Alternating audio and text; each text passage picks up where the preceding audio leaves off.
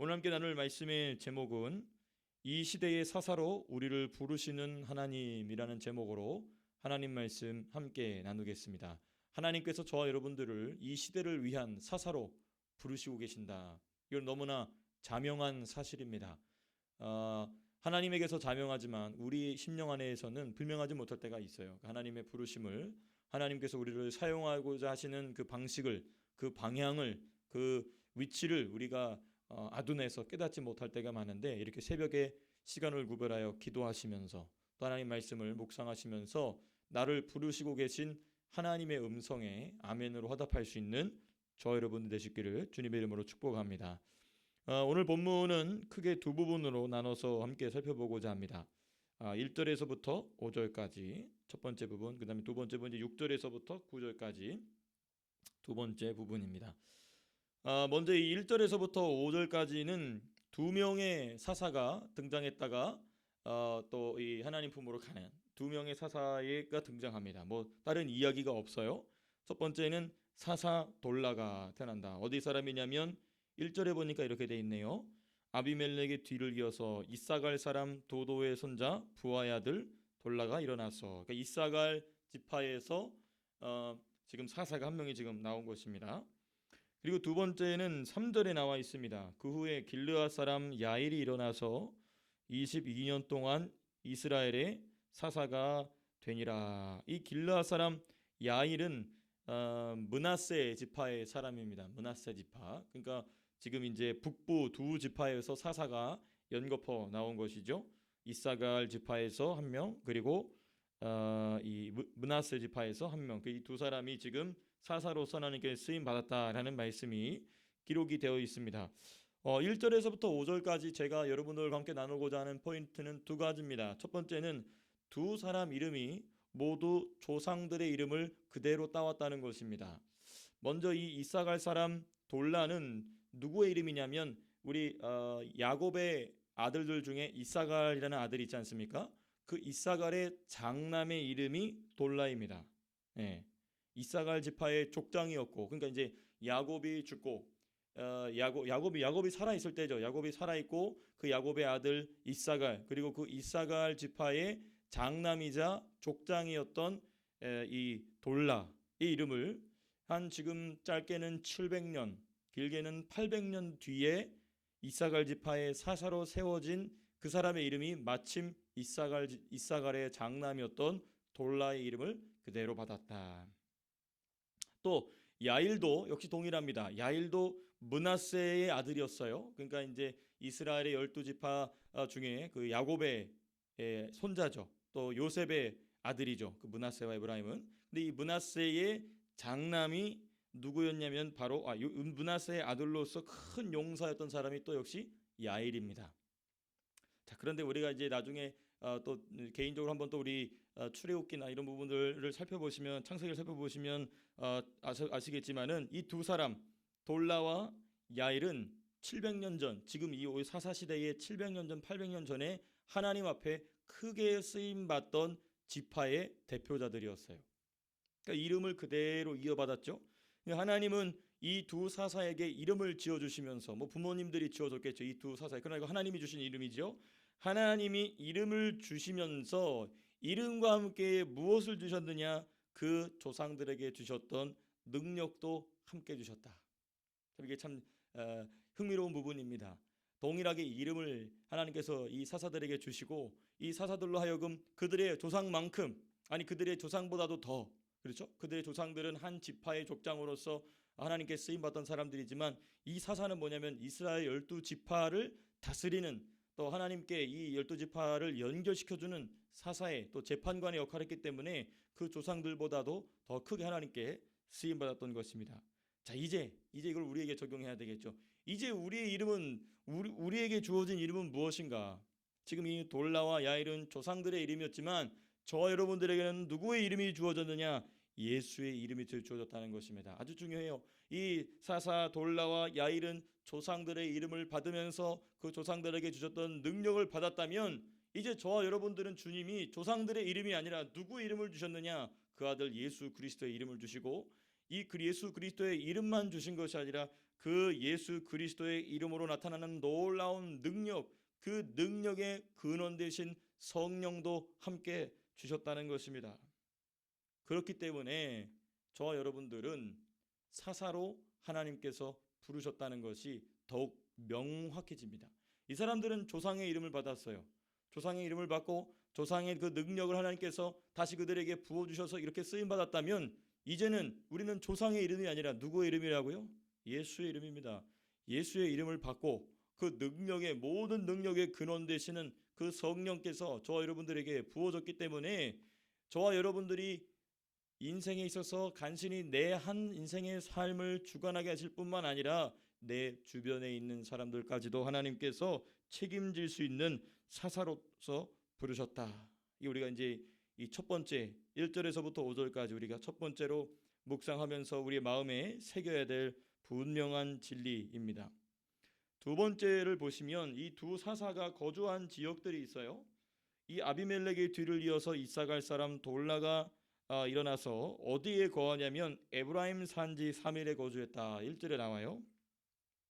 돌라는 이제 이사갈 출신이었지만은 그 사람이 이 돌라라는 사사가 주로 거주했던 지역은 이사갈 지파 지역이 아닌 에브라임 지역으로 갑니다. 근데 이 에브라임 지역, 에브라임 산지는 험악한 아주 험한 곳이죠. 거기 이 땅 자체도 험한 땅이지만 그 지역에 강력한 영향을 미치고 있는 이방 민족들이 그 에브라임 산지에 있는 지역입니다. 근데 그곳으로 가서 이 사사가 삽니다. 돌라라는 사사가 살죠. 또 뿐만 아니라 야일은 길르앗에 거주했습니다. 길르앗에 거주했으며 특별히 4절을 보시면 그의 아들 30명은 성읍 30개를 가지고 있었다. 그 아들이 30명이었는데 그 30명의 아들이 전부 성읍을 다스릴 정도로 탁월한 리더십을 보였던 사람이었다. 어디에 살면서? 야일은 길르앗에 거주하면서. 제가 근데 이 부분을 왜 말씀드리냐면 돌라 같은 경우는 에브라임 산지, 또 야일 같은 경우는 길르앗 므낫세 지파의 지역 땅이죠. 그 길르앗 또는 그 에브라임 산지, 이 시대는요, 이 사사 시대는요, 뭐가 정해지지 않은 시대냐면 수도가 왕도가 확정되지 않은 때입니다. 어디가 캐피탈 시티다, 이게 이 정해지지 않은 때예요. 수도와 왕도가 정해지지 않은 시대이기 때문에 따라서 사사가 거주하는 곳이 행정, 군사, 교육, 종교의 중심지가 되었습니다. 사사가 어디에 거하느냐? 그 거하는 그 땅이 이스라엘 12지파의 중심지가 되었다. 예를 들면 이런 겁니다. 에브라임 산지 3일은 험준한 곳이었어요. 땅 자체도 험한 땅이고 그 땅에 사는 사람들도 험한 사람들이었습니다. 근데 누가 사니까? 이 돌라가 그 지역에 사니까, 사사 돌라가 사니까 그 에브라임 산지 척박한 땅이 이스라엘 전체의 중심지가 되더라. 누가 거주하니까? 이 사사가 거주하니까. 동시에 이 야일도 동일합니다. 길르앗 사람이 일어나서 그 지역에 거주함으로써 그 지역이 이스라엘 전체의 중심지가 되었다는 것입니다. 자, 이걸 우리에게 적용해 볼까요? 하늘로부터 새 예루살렘 성과, 그렇죠? 예수님이 재림하실 때에 하늘로부터 새 예루살렘 성과 후에 새 하늘과 새 땅이 오기 전까지 하나님이 이 땅의 중심지 결정을 누구에게 맡기셨냐면 이 땅의 교회에게 맡기셨어요. 이 땅에 저와 여러분들 곧 예수 믿는 성도들에게, 신자들에게 이걸 맡기셨다는 것입니다. 그러므로 너희 교회가 세워진 그곳이, 너가 서 있는 그곳이 그 땅의 중심이 되게 하라는 것입니다. 누구와 같이? 사사와 같이. 그 사사가 있는 그 지역은 하나님께서 이스라엘의 중심지로 만드신 것처럼 저와 여러분들은 더욱 그러하다는 것이죠. 교회가 세워진 곳에, 저와 여러분들의 가정이 세워진 곳에, 내가 서 있는 곳이 하나님의 통치의 중심지가 되게 하라. 우리 다니엘을 보십시다. 다니엘은 지금 이 가나안 땅, 약속의 땅 바깥으로 나가서 더러워진 땅, 타락한 땅, 음란한 땅으로 가서 이 총리 대신을 합니다.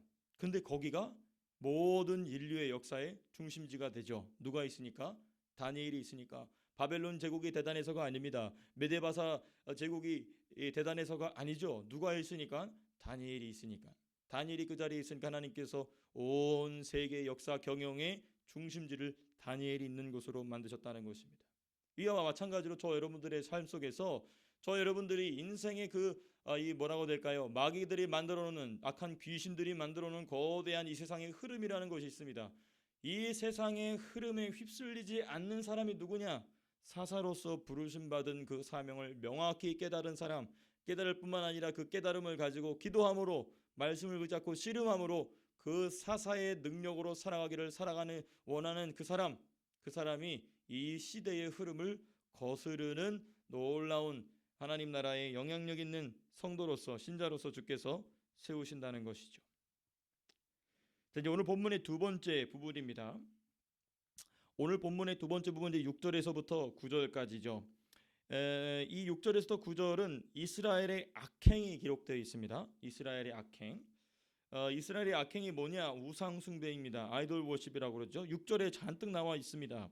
보시면 뭐 바알들과 아스다롯과 아람의 신들과 뭐 쭉 해서 블레셋 사람들의 신을 섬기고 여호와를 버렸다. 6절에 나와 있어요. 여기 보면은 이스라엘은 이 이스라엘 영토 전 지역에 있는 모든 이방 민족의 모든 우상을 전부 받아들인 겁니다. 누굴 버리고? 하나님을 버리고. 자, 여기서 우리는 두 가지 중요한 점을 발견하게 됩니다. 첫 번째는 뭐냐? 이스라엘 백성이 왜 이렇게 우상 숭배에 빠져들었느냐? 왜냐하면 유일하신 하나님만이 채울 수 있는 것을 이방의 우상들로서 채우고자 열심히 우상 숭배를 한 것입니다. 하나님만이 채우실 수 있는 공간이 우리 사람 안에 있는데 그 하나님을 버리고 나니까 그 허무한 공간을 무엇으로 채우려 하냐면 우상 숭배들로서, 그 이방 땅에 가득한 그 우상 숭배로서 자기 내면 안에 있는 그 영적인 갈급함, 그것을 채우려고 애쓰다 보니 이 우상도 받아들이고 저 우상도 받아들이고 온갖 잡다한 귀신들의 형상하고 있는 우상들을 받아들이게 되었다. 이게 첫 번째고, 두 번째, 이 6절을 통하여서 우리가 뭘 발견하게 되느냐? 유일하신 여호와와 그리고 이 우상은 절대로 양립할 수 없다. 뭐 이건 우리가 너무나 잘 알고 있는 진리이지만 다시금 우리가 확인하게 되는 것입니다. 여호와 하나님과 이 우상들은 같이 있는 것조차 허용되지 않을 정도로 이렇게 타락한 모습의 이 모습의 극치가 바로 이 우상 숭배인 것이죠. 자, 그런데 제가 이 말씀을 우리의 현대의 저 여러분들의 삶 속에 비추어서 좀 말씀을 살펴본다면 지금 여러분들께서 이 6절을 통하여 보셨지만은 이스라엘 백성이 어느 한 우상만 선택해서 한 게 아닙니다.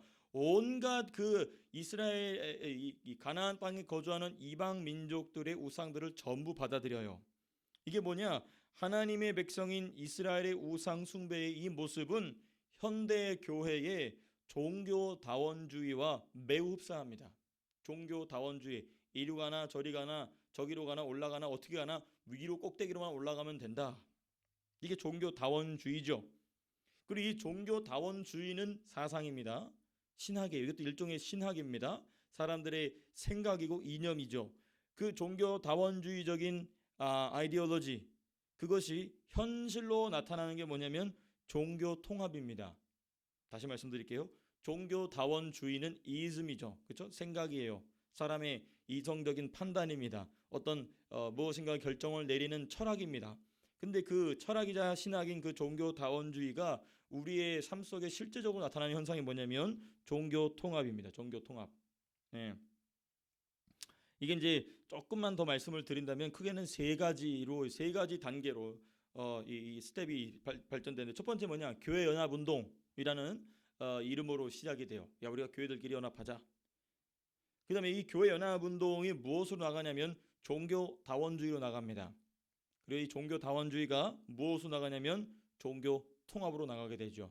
네.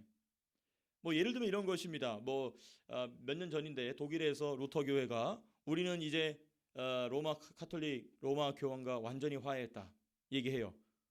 예. 이 루터가 종교 개혁할 때에 그 모든 잘못이 이제 이 로마 카톨릭 안에서 다 고쳐졌다. 그리고 화해를 합니다. 그리고 나서 그 안에 있는 소수의 정말 살아있는 목사님들, 이 소수파 목사님들은 전부 루터교에서 쫓겨나죠. 이게 지금 이제 현대 세대에서 일어나고 있는 그 종교 통합의 한 단면입니다. 자, 근데 우리는 조금 더 생각해봐야 될 게 뭐냐? 이런 현상을 우리가 잘 알고 있습니다. 근데 이런 현상이 왜 일어나느냐? 이게 중요하겠죠. 왜 일어나느냐? 이들은요, 이 종교다원주의, 종교통합 이것을 외치는 교회, 성도, 목사, 신학자 이런 사람들은 왜 그러냐면 사사 시대의 이스라엘과 같이 하나님이 주시는 만족, 하나님으로 만족하는 것이 없거나 매우 빈약한 자들입니다.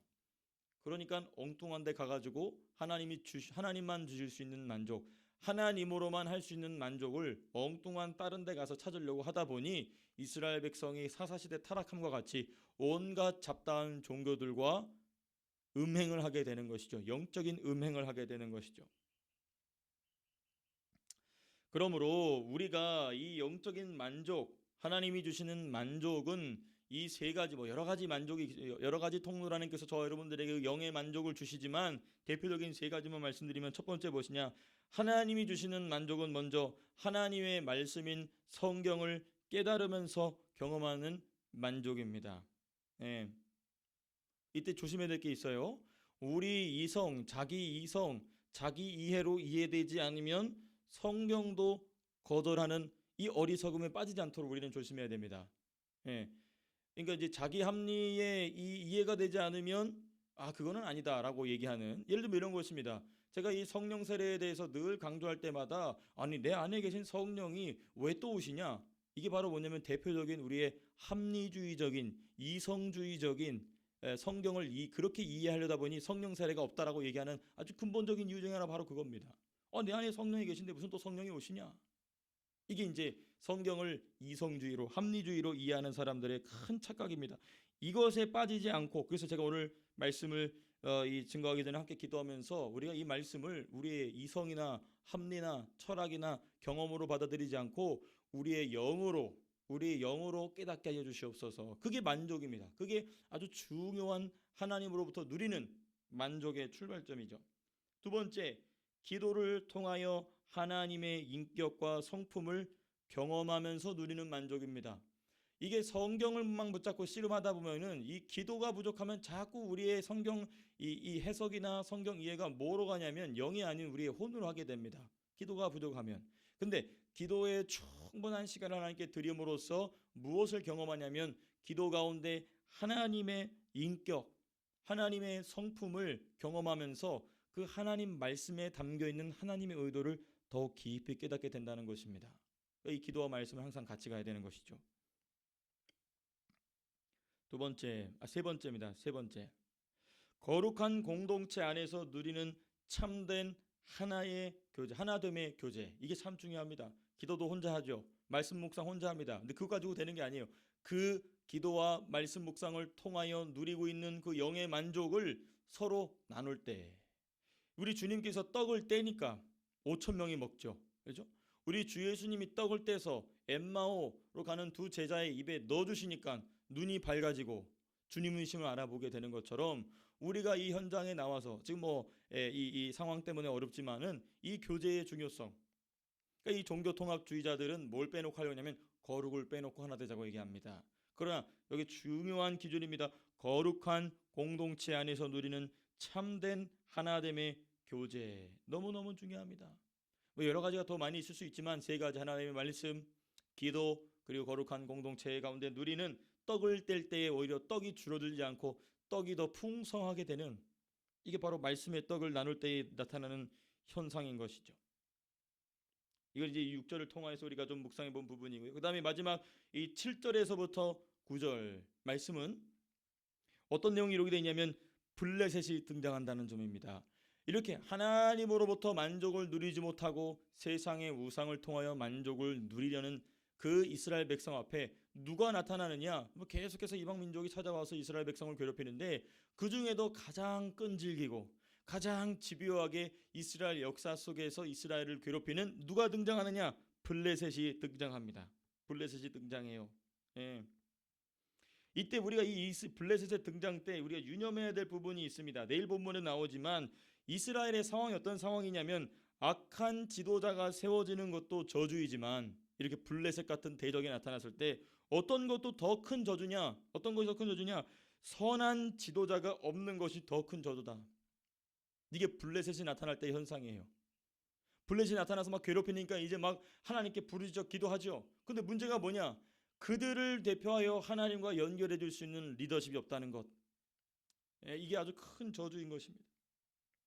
하나님을 밝히 아는, 하나님의 뜻을 밝히 아는 선한 지도자는, 그래서 이스라엘 역사를 보게 되면 항상 혹독한 징계와 철저한 회개 위에 세워진다. 아주 중요해요. 이 블레셋 하나님께서 등장시킴으로써 이스라엘 역사 가운데 가장 잔혹하고 가장 끈질기고 가장 집요하게 이스라엘 백성을 괴롭히는 이러한 우상 숭배의 민족을 이스라엘 가운데 보내심으로써 이스라엘 가운데 무엇을 주시냐면 극심한 환난을 주십니다. 그리고 극심한 환난 가운데에 하나님 앞에 통곡하고 자복하고 하나님 앞에 부르짖어 기도하죠. 그러면서 누가 세워지냐면 하나님의 사사들이 점점 세워집니다. 물론 이제 삼손을 끝으로 이 사사기가 끝나지만 이 블레셋의 존재로 말미암아 나중에 누가 등장하냐면 사무엘이 등장합니다. 나중에 타락했지만 어찌되었든 영웅 사울이 등장하죠. 그리고 세 번째 누가 등장합니까? 다윗이 등장합니다. 누구 때문에? 블레셋 때문에. 그러니까 이게 이 블레셋이 등장했을 때 저 여러분들의 인생 가운데에 질병의 블레셋이 찾아옵니다. 관계의 블레셋이 찾아옵니다. 재정의 블레셋이 찾아와요. 이때 우리가 해야 될 일이 뭐냐? 주여 나를 세워 주시옵시고 나를 이끌어 줄 수 있는 영적인 지도자를 우리 가운데 보내주시옵소서. 이게 너무나 중요한 태도인 것이죠. 말씀을 맺고자 합니다. 오늘 본문은 우리가 이렇게 이야기 하나로 이렇게 쭉 이어갈 수 있는 주제라기보다 한 주제 한 테마가 아주 이 깊이 있는 의미를 다 가지고 있는데요. 먼저는 우리에게 하나님이 무엇으로 부르셨느냐? 사사로 부르셨다는 것입니다. 그래서 이 1절에서부터 5절까지 우리가 말씀 볼 때 하나님이 저와 여러분들을 사사로 부르셨고 어느 시대로 부르셨느냐? 이 6절과 같은 시대, 종교 통합과 하나님을 버리고 우상을 통하여 만족을 누리고자 하는 이 시대 가운데 특별히 블레셋이 나타나서 하나님의 사람들로 하여금 몹시 곤고하게 만드는 이 시대 가운데 하나님이 저 여러분들을 사사 돌라와 같이 또 사사 야일과 같이 부르셨음을 이 말씀을 통하여 다시 한번 저 여러분들의 심령 속에 새기실 수 있게 되시기를 주님의 이름으로 축복합니다. 제가 기도하고 마치겠습니다.